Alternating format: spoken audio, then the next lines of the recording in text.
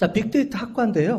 자, 뭐냐면 빅데이터 관련 국내 기업들은 이런 기업들 말고요.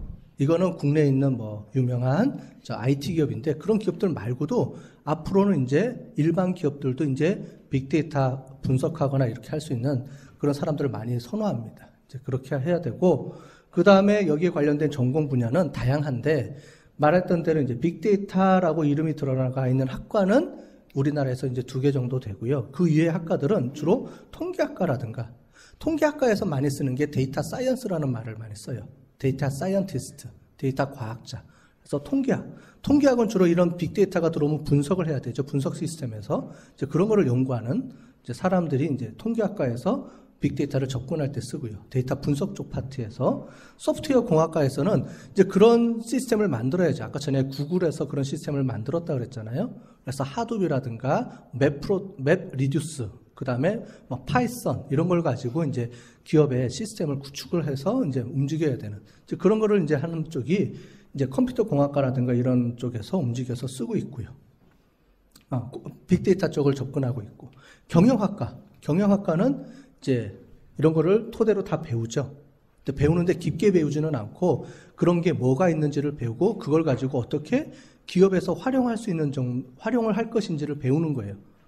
우리도 옛날에 MIS 학과, 전자상거래 학과도 있지만 여러분들 소프트웨어랑 이런 걸 다 배우죠. 통신론도 배우고 소프트웨어도 배우고 다 배워요. 배우는데 그거 전문가가 되라고 배우는 거 아니에요.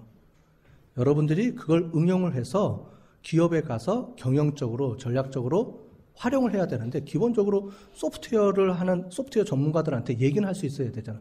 이렇게 해줘야 돼? 이렇게 해줘야 돼? 왜냐면 그걸 알고 있어야 그걸 명령을 내릴 수가 있잖아요. 그죠? 이제 그런 차원에서 포괄적으로 다 배우는 거죠. 전자상거래 쪽에서는.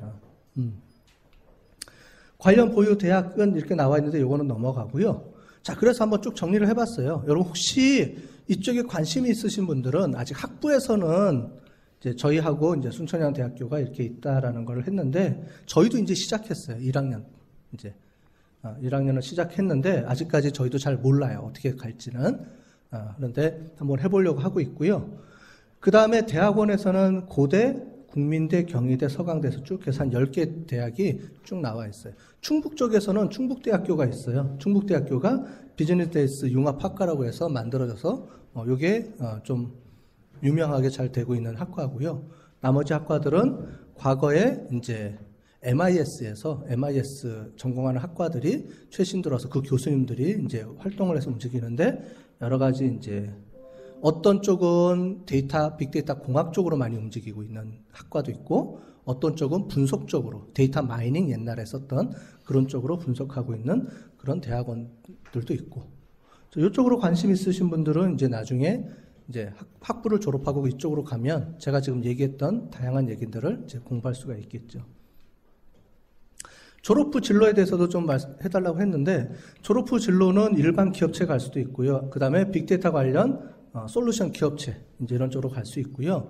그 다음에 이제 공인 자격증으로는 이제 공인 자격증, 정부 공인 자격증으로는 하나가 있고요. 민간 자격증은 여러 개가 많이 있습니다. 공인 자격증으로는 데이터 분석 전문가가 있어요. ADP가 있는데, 이거 말고 비공인적으로 해서 나오는 게 한경에서 하는 빅데이터 경영 분석사라는 게 있어요. 이제 그거 2가지 정도가 이제 많이 쓰고, 그 이외에도 뭐 여러 가지 시스템적으로 이제 분석하려면 관련된 OJCP라든가 여러 가지 데이터 쪽이라든가 이런 쪽으로도 많이 하고 있고요. 만약에 이런 쪽을 배우고 기업에 들어가서 전문적으로 들어가는 사람들은 그 국외적으로 해외 대학에서 쓰는 여러 가지 이제 라이센스들이 있어요. 서티피케이션들이.